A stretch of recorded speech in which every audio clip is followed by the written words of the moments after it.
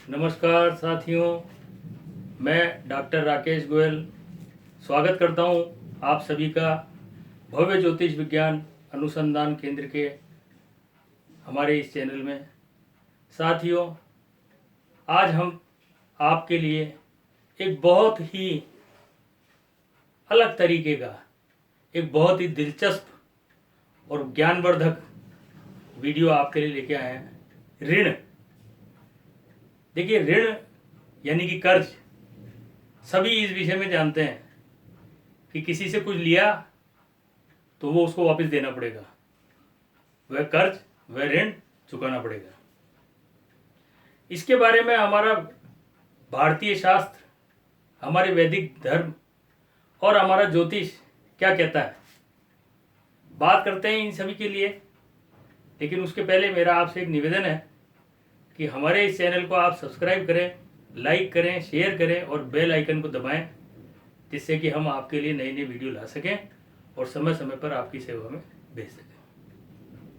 दोस्तों, हमारे भारतीय धर्म, सनातन धर्म, हमारा जो भारतीय शास्त्र, वह यह कहता है कि प्रत्येक व्यक्ति, चाहे वह स्त्री है या पुरुष, जो भी इस संसार में पैदा होगा, 5 प्रकार के ऋण लेके पैदा होता है। देखिए, सरकार का ऋण, किसी वित्तीय संस्था का ऋण, किसी बैंक का ऋण हम हमारे जीवन में अमूमन लेते हैं। और आजकल का ये जो भौतिक युग है, इसमें तो हर चीज़ वैसे ईएमआई पे, कर्जों पे चलती है और चुकाते हैं। और हम जब इस धरती से विदा होते हैं तो ये ऋण को चुका के जाते हैं, और यदि हम नहीं चुका पाते हैं तो उसके पश्चात हमारे जो उत्तराधिकारी होते हैं वो हमारे इस ऋण को चुकाते हैं। कुल मिलाकर सरकार का, वित्तीय संस्थानों का, बैंकों का कर्ज हम हमारे जीवन काल में या हमारे जीवन काल के पश्चात चुका देते हैं। किंतु जो ऋण हम हमारे जन्म के साथ ही लेके पैदा हुए हैं, वह ऋण हमें हमारे जीवन काल में ही चुकाने पड़ते हैं। ये बहुत ही एक दिलचस्प लेकिन बिल्कुल कटु सत्य है कि प्रत्येक व्यक्ति अपने जीवन काल में, हमारे शास्त्रों में जो वर्णन है उसके मुताबिक, 5 प्रकार के ऋण लेके पैदा होता है।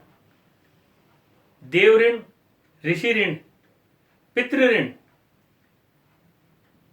लोक ऋण और भूत ऋण।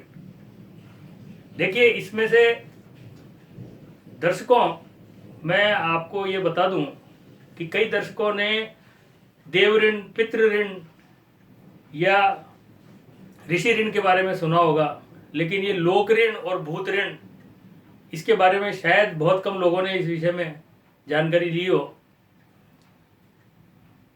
हमारे शास्त्रों के मुताबिक देव ऋण भगवान नारायण से संबंधित है, ऋषि ऋण भगवान ब्रह्मा जी से संबंधित है, इसी प्रकार पितृ ऋण भगवान भोलेनाथ से संबंधित है। लोक ऋण और भूत ऋण, ये 2 प्रकार के जो ऋण हैं, ये हमारे दैनिक जीवन में जो हम हमारी जिंदगी जीते हैं, जिस समाज में, जिस परिवेश में, जिस देश में, उनसे संबंधित है।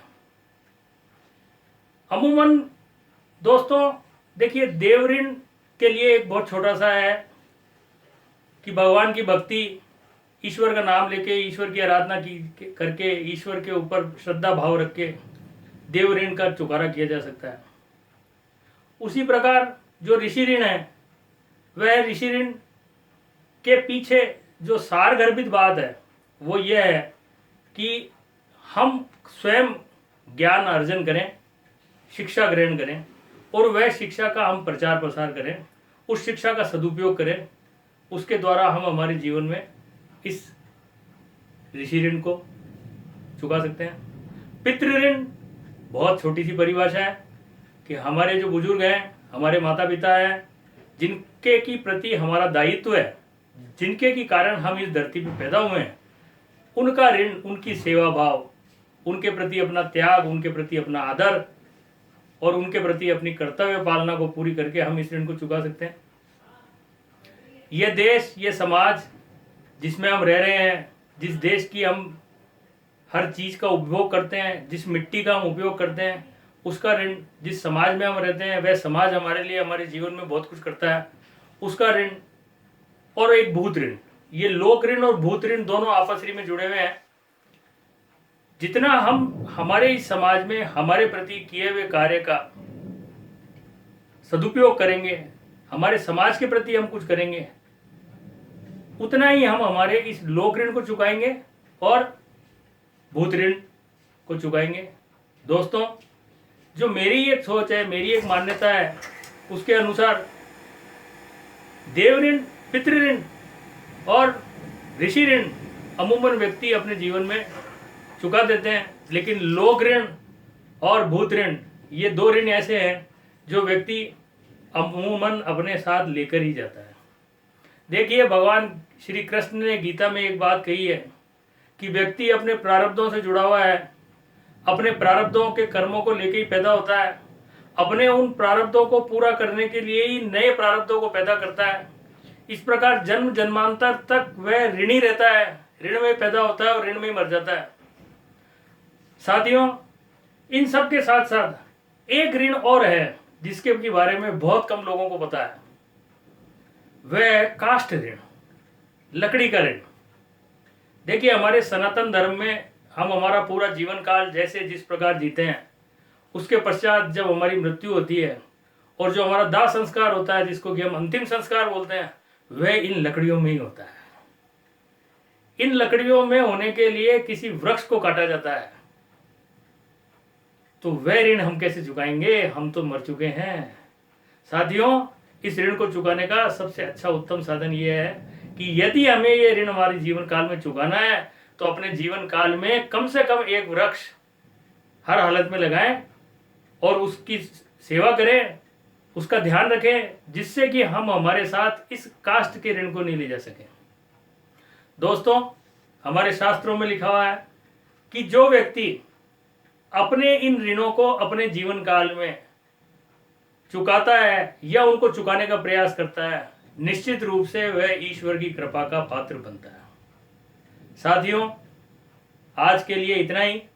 आगे की वीडियो में फिर हम आपके लिए कुछ अच्छा नया ज्ञानवर्धक, ज्योतिष से संबंधित, धर्म से संबंधित, गोचर से संबंधित वीडियो लेके हाजिर होंगे। नमस्कार, जय हिंद, जय भारत।